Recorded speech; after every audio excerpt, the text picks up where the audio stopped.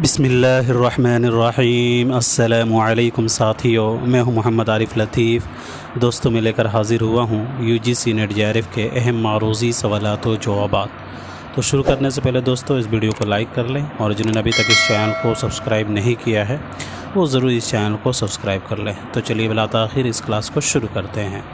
آج کا پہلا سوال ہے ساتھیو، رنگ سانولا چیچک کے داغ بہت تھے، کہتے تھے کہ 9 دفعہ چیچک نکلی تھی، مگر رنگت اور داغ کچھ ایسے مناسب اور موزوں واقع ہوئے تھے کہ چمکتے تھے اور بھلے معلوم ہوتے تھے۔ شیخ محمد ابراہیم ذوق کے بارے میں یہ مشہور قول کن کا ہے دوستو؟ بات کریں شیخ محمد ابراہیم ذوق کی تو ان کی پیدائش 1789 عیسوی کو ہی ہے اور وفات 1854 عیسوی کو ہی ہے۔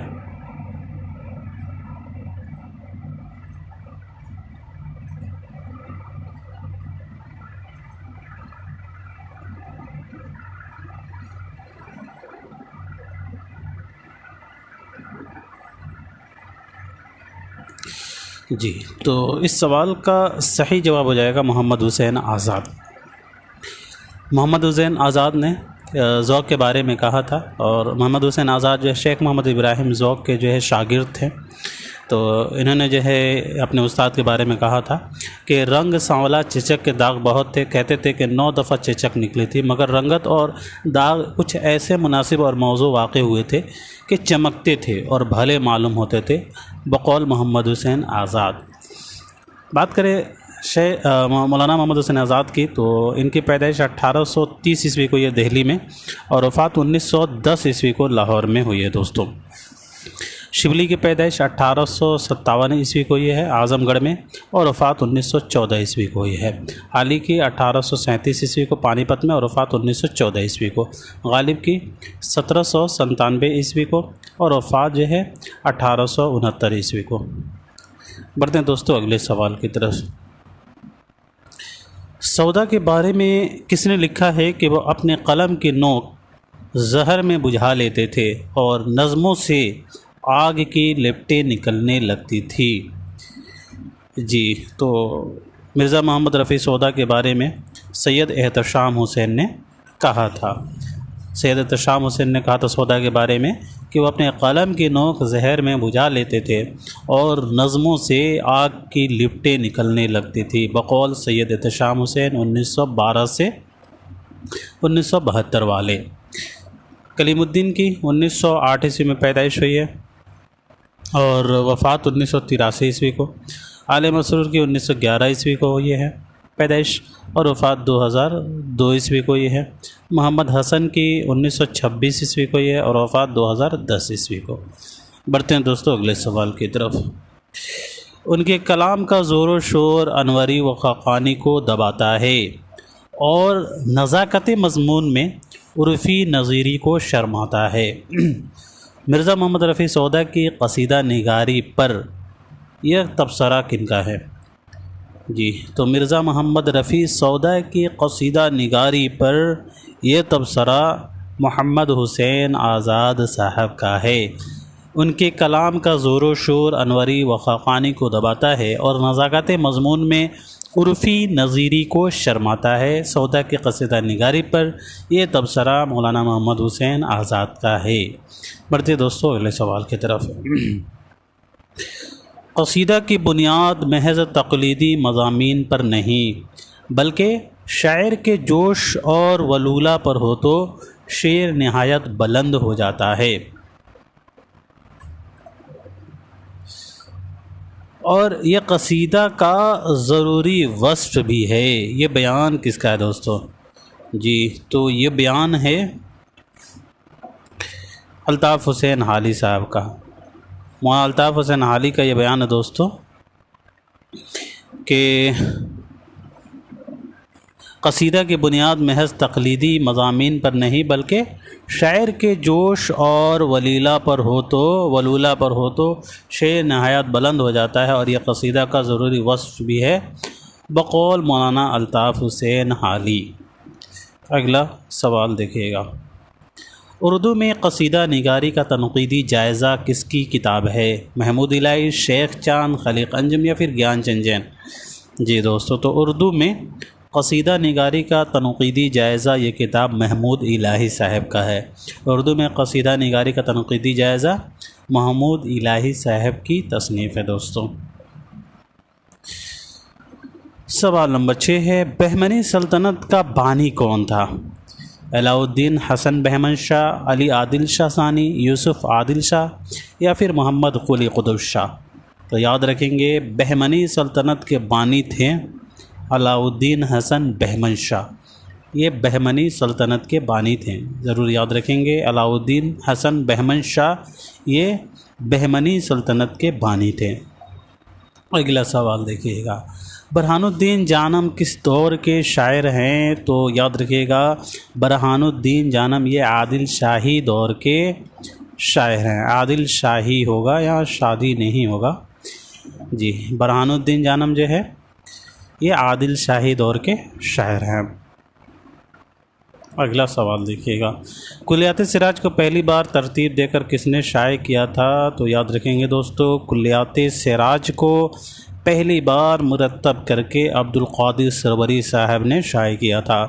کلیات سراج کو پہلی بار عبد القادر سروری نے، مخزن کے یہ مدیر ہیں، انہوں نے ہی جو ہے کلیات سراج کو پہلی مرتبہ ترتیب دے کر شائع کیا ہے۔ اگلا سوال دیکھیے گا ساتھیو، دکن کا وہ کون سا شاعر ہے جس نے سرشاری عشق اور جنون کیفیت میں صحرا نوردی اختیار کی؟ جی تو وہ ہو جائیں گے سراج اورنگ آبادی۔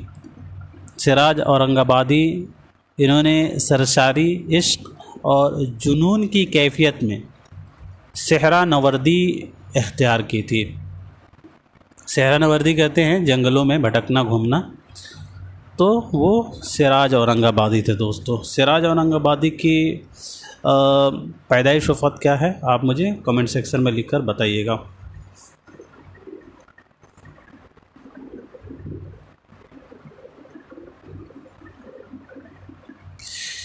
چلیے اب بڑھتے ہیں اگلے سوال کی طرف۔